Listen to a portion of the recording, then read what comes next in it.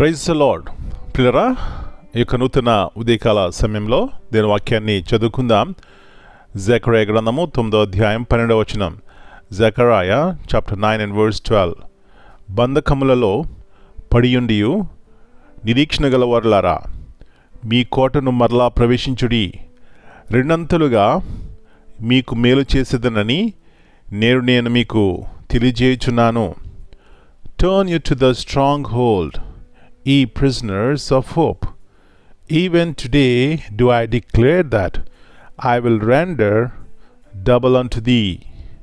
యేసు ప్రభువారి అతి శ్రేష్టమైన నామములో పిల్లరా మీ అందరికీ శుభములు తెలియజేస్తున్నాను. మరి యొక్క నూతన దినాన్ని దేవుడు మనకి ఇచ్చినారు. పిల్లరా, మనము మన కుటుంబాలు కృతజ్ఞత కలిగి ఉండాలి అనే సత్యాన్ని మీ జ్ఞాపకం చేస్తున్నాను. పిల్లరా, ఇక్కడ చూసినట్లయితే బంధకములలో పడియుండియు నిరీక్షణ గలవారులారా. చూడండి, ఇక్కడ నిరీక్షణ ఉంటే మన జీవితాలు ఎలాగ ఉంటాయి, నిరీక్షణ లేకపోతే ఎట్లా ఉంటాయి. ఒక వ్యక్తి జీవితంలో నిరీక్షణ లేదనుకోండి, అనుకుంటాడు ఎందుకురా ఈ బ్రతుకు, ఎందుకు జీవిస్తున్నాను అని కృంగిపోతూ ఉంటాడు.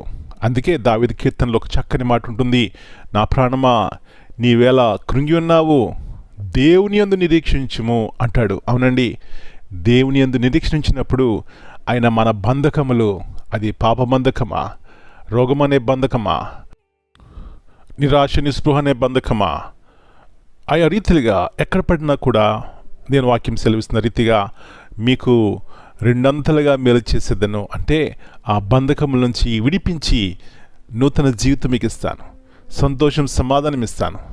నా ప్రియుడా, నా ప్రియ సహోదరి, ఈ ఉదయకాల సమయంలో ఎవరి మీద మన యొక్క నిరీక్షణ, దేని మీద, ఆస్తి అంతస్తుల మీద, లేకపోతే భోగభాగ్యాల మీద, లేకపోతే నిత్య జీవం ఇచ్చేటువంటి ఈ గొప్ప జీమగల దేవుని మీద, ఒకవేళ జీమగల దేవుని మీద మనం నిరీక్షణ కలిగి ఉన్నప్పుడు ఎప్పుడు సిగ్గుపరచబడమనే సత్యాన్ని జ్ఞాపకం చేసుకుని, దేవా మీరు సిగ్గుపరచని దేవుడవు, రెండొందలుగా మేలు చేసే దేవుడు, బంధకం నుంచి విడిపించే దేవుడని చిన్న ప్రార్థన చేస్తే పిల్లరా మన జీవితాల్లో అయినా నిరీక్షణతో కూడినటువంటి జీవితాన్ని ఇస్తారు.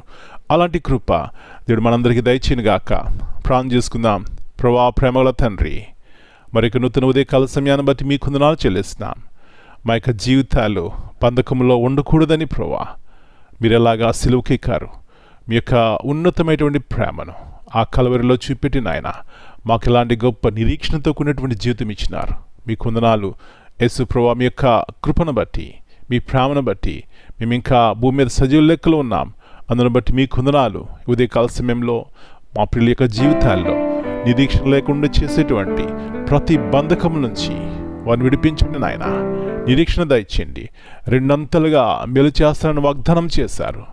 ఆత్మీయంగా, శారీరకంగా మా జీవితాల్లో మేలు చూడడానికి సహాయం ఇచ్చేయమని, మా కుటుంబాన్ని మీరు బలపరిచి స్థిరపరిచి నూతన ఆత్మ ద్వారా నడిపించమని, పరిశుద్ధాత్మదేవా మీ నూతన క్రియలు కుటుంబాల్లో ప్రభా బలముగా జరగడానికి సహాయం ఇచ్చేయమని, ఈ దినమంతా మీరు ఎక్కడికి భద్రపరిచి ప్రతి కీడు అపాయాన్ని తప్పించమని యేసు ప్రభువారి అతి శ్రేష్టమైన నామమును బట్టి ప్రార్థన చేస్తున్నాను తండ్రి. Amen. God bless you all. My dear brothers and sisters, greetings in the precious name of our Lord and Savior, Jesus Christ. Here we see in Zechariah chapter 9 and verse 12, return to your fortress, you prisoners of hope. This verse is such a beautiful reminder that even when life feels like it's holding up captive, through struggles, pain, or waiting, God still calls us prisoners of hope.